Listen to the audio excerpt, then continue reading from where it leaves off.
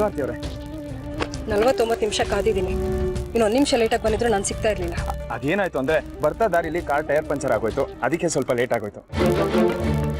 ಯಾಕೆ ಜೊತೆಗೆ stepney ಇರ್ಲಿಲ್ವಾ? Stepney ಇದ್ದಿದ್ರಿಂದಾನೇ ಬರೋದಕ್ಕಾಗಿದ್ದು, ಇಲ್ಲಾಂದ್ರೆ ಬರಕ್ ಆಗ್ತಾ ಇರ್ಲಿಲ್ಲ. ಹಾಯ್ ಅದಿ.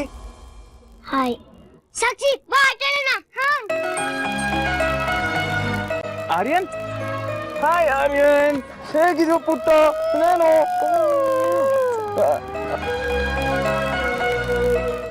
ಅಪ್ಪಿ, ನಿನ್ ಮಕ್ಕಳನ್ನ ಕರ್ಕೊಂಡು ಮಕ್ಕಳ ಜೊತೆ ಆಟ ಆಡ್ತಾರೆ, ಹೋಗು. Okay sir. Actually she is a very good care taker. ತುಂಬಾ ಚೆನ್ನಾಗಿ ನೋಡ್ಕೋತಾಳೆ. ಯಾರನ್ನ? ನಿಮ್ಮನ್ನ ಅಥವಾ ಮಕ್ಕಳನ್ನ? ಮಕ್ಕಳನ್ನ ಚೆನ್ನಾಗಿ ನೋಡ್ಕೋತಾಳೆ ಅಂತ ಹೇಳಕ್ ಬಂದೆ. ನೀವ್ ಯಾಕೆ ಹೀಗೆ ಮಾತಾಡ್ತಾ ಇರ ಆರ್ತಿಯವ್ರೆ? ಆ ಶಿವ ಯಾವಾಗ್ಲೂ ಗಂಗೆನ ತಲೆ ಮೇಲೆ ಇಟ್ಕೊಂಡಿರೋ ಹಾಗೆ ಇವಳನ್ನ ನೀವು ಯಾವಾಗ್ಲೂ ಜೊತೆಲೆ ಇಟ್ಕೊಂಡಿರ್ತೀರಿ. ಯಾಕೆ ಇವತ್ತು ನಾವಿಬ್ರು ಪರ್ಸನಲ್ ಆಗಿ ಮಾತಾಡ್ಬೇಕು ಅಂತ ಇಲ್ಲಿಗೆ ಬಂದಿದ್ದೀವಿ. ಅವಳನ್ನ ಕರ್ಕೊಂಬರೋ ಅಗತ್ಯ ಏನಿತ್ತು? ಆರ್ತಿಯವ್ರೆ, ನೀವು ಸುಮ್ಮನೆ ಮಿಸ್ಟೇಕ್ ಮಾಡ್ಕೊಂತ ಇರ ಅವಳನ್ನ. ಸಾಕ್ಷಿನ ಚೆನ್ನಾಗಿ ನೋಡ್ಕೋತಾಳೆ, ಸಾಲದಿದ್ದಕ್ಕೆ ಮಕ್ಳಿರ್ತಾರೆ, ಗಲಾಟೆ ಆಗುತ್ತೆ ಅಂತ ಅವಳು ನೋಡ್ಕೊಳ್ಳಿ ಅಂತ ಕರ್ಕೊಂಬಂದೆ. ಅದಕ್ಕೆ ಹೋಗಿ ನೀವು ಶಿವ ಗಂಗೆ ಎಲ್ಲಿಂದ ಎಲ್ಲಿ ಕಂಪ್ಯಾರಿಸನ್ ಮಾಡ್ತಾ ಇರ ಆರ್ತಿಯವ್ರೆ? ನಾನು ಏನೇನು ಅನ್ಕೋತಾ ಇದ್ದೀರಾ? ಅವಳ ಹೆಸರು ಅರ್ಪಿತಾ ತಾನೆ? ಅದನ್ನ ಬಿಟ್ಬಿಟ್ಟು ಅಪ್ಪಿ ಅಂತ ಯಾಕೆ ಕರೀತಾ ಇದ್ದೀರಾ? ನಿಮ್ ಮನೇಲಿ ಕೆಲಸದವ್ರನ್ನ ಅಡ್ಡ ಹೆಸರಿಟ್ಟೆ ಕರೆಯೋದಾ?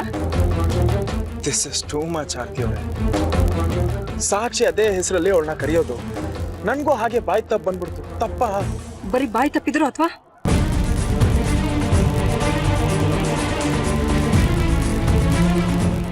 ಆರ್ತಿಯವ್ರೆ, ನಾವಿಲ್ಲಿ ಸೇರಿರೋದು ಆಡಿರೋ ಜಗಳನ ಮುಗಿಸೋಕೆ, ಹೊಸ ಜಗಳನ ಶುರು ಮಾಡೋದಕ್ಕಲ್ಲ. ಪ್ಲೀಸ್ ಅದ್ರ ಬಗ್ಗೆ ಮಾತಾಡೋಣ. ಸಾರಿ, ನಾನು ಒಂದು ವಿಷಯ ಮಾತಾಡ್ಬೇಕು. ಹೇಳಿ. ಮೊದಲು ನೀವು ಹೇಳಿ, ಆಮೇಲೆ ನಾನು ಹೇಳ್ತೀನಿ.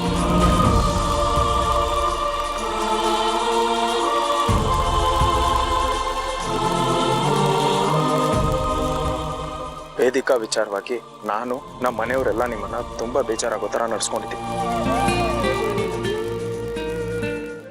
I am really sorry.